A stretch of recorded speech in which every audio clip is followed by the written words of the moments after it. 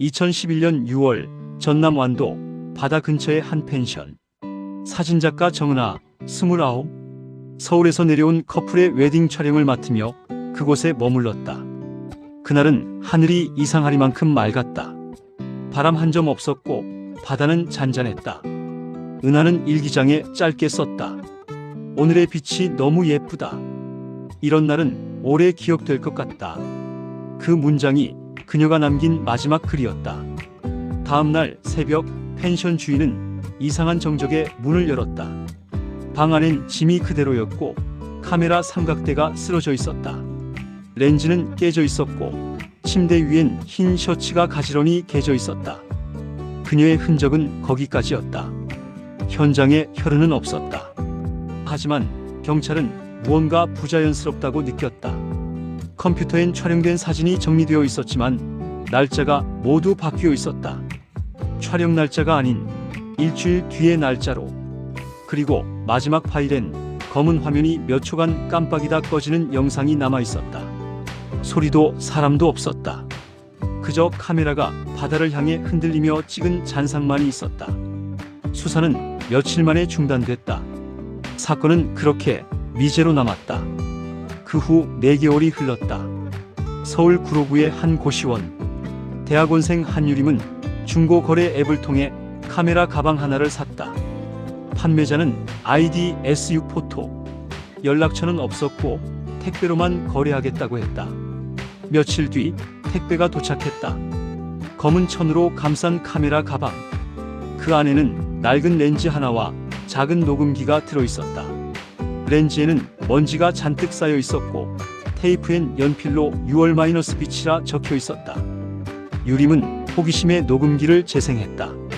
처음엔 잡음만 들렸다. 그리고 낮은 여성의 목소리가 흘러나왔다. 사진은 진실을 찍지 않아. 사람은 보고 싶은 것만 보거든. 그 목소리는 마치 속삭이듯 조용했지만 분명 누군가의 것이었다. 녹음은 13초 만에 끊겼다. 그녀는 처음엔 장난이라 생각했다. 하지만 며칠 뒤 그녀의 SNS에 이상한 메시지가 도착했다. 보낸 사람은 없었고 내용은 단 한 줄이었다. 너도 찍혔어.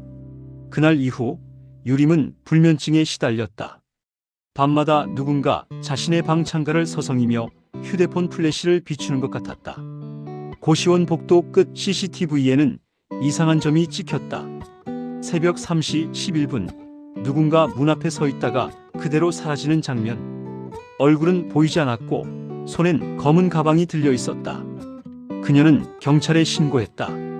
하지만 경찰은 증거 불충분이라며 단순 오인 가능성으로 결론 내렸다. 그리고 그날 이후 한유림 역시 사라졌다. 그녀의 방엔 녹음기와 메모 한 장만 남아 있었다. 빛은 모든 걸 드러내지만 때로는 감춘다. 그 문장이 마지막이었다. 시간이 흘러 그해 겨울 완도 해변의 한 낚시꾼이 카메라 한 대를 건져 올렸다. 모래와 조개 껍데기에 덮인 낡은 DSLR이었다. 카메라 안엔 메모리 카드가 꽂혀 있었다. 경찰은 데이터를 복구했고 마지막으로 찍힌 사진을 확인했다. 사진에는 한 여성이 서 있었다. 바다를 등지고 하얀 원피스를 입고 있었다. 그리고 그 뒤 난간 너머로 희미한 남성의 실루엣이 있었다. 얼굴은 그림자에 가려져 알아볼 수 없었다. 그 남자의 손엔 무언가 번쩍였다. 렌즈일 수도 칼일 수도 혹은 손전등일 수도 있었다. 사진의 메타데이터에는 2011.06 13 오후 5시 47분 완도 사진관이라는 문구가 기록되어 있었다. 하지만 완도 사진관은 2001년에 폐업된 곳이었다. 그 주소엔 지금 펜션이 서 있었다. 바로 정은아가 머물렀던 그 펜션이었다. 이상한 건 사진 속 시각이 저녁으로 기록되어 있음에도 그림자의 각도가 오전이었다는 점이었다. 누군가 조작했거나 혹은 시간 자체가 어긋나 있었던 것이다. 그날 이후 온라인 커뮤니티엔 완도 사진관의 저주라는 글이 퍼졌다. 한 네티즌은 이렇게 썼다. 가끔 중고 거래 앱에 SU포토라는 판매자가 나타난다. 그 계정은 거래 직후 삭제되고 그 물건을 산 사람은 꼭 이상한 일을 겪는다. 하지만 확인된 바는 없었다. 경찰은 모든 것이 도시전설이라며 사건을 종결했다.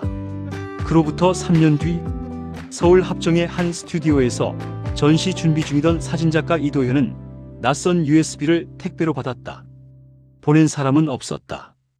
USB에는 사진 한 장이 저장되어 있었다. 바다, 구름, 그리고 모래사장 위에 놓인 검은 가방. 그 파일 이름은 단순했다. 빈-3. 그가 확대하자 사진 구석에 누군가의 그림자가 어렴풋이 찍혀 있었다. 삼각대를 든 여성, 그리고 그 뒤에 선 남자. 이도현은 어디선가 본 듯한 기시감을 느꼈다. 그는 2011년 정은아와 함께 촬영 보조로 일한 적이 있었다. 그녀의 마지막 메시지는 그에게 남겨진 이메일이었다. 사진은 거짓말을 하지 않아. 하지만 진실도 찍지 않아. 그는 그 문장의 의미를 이해하지 못했다. 그리고 그날 밤 그는 사라졌다. 그의 컴퓨터엔 메모 한 줄이 남아 있었다. 해시태그 그날 이빛 해시태그 완도사진관. 그 해시태그는 정은아와 한유림이 마지막으로 남겼던 것과 동일했다. 경찰은 모든 파일을 분석했지만 출처를 특정할 수 없었다.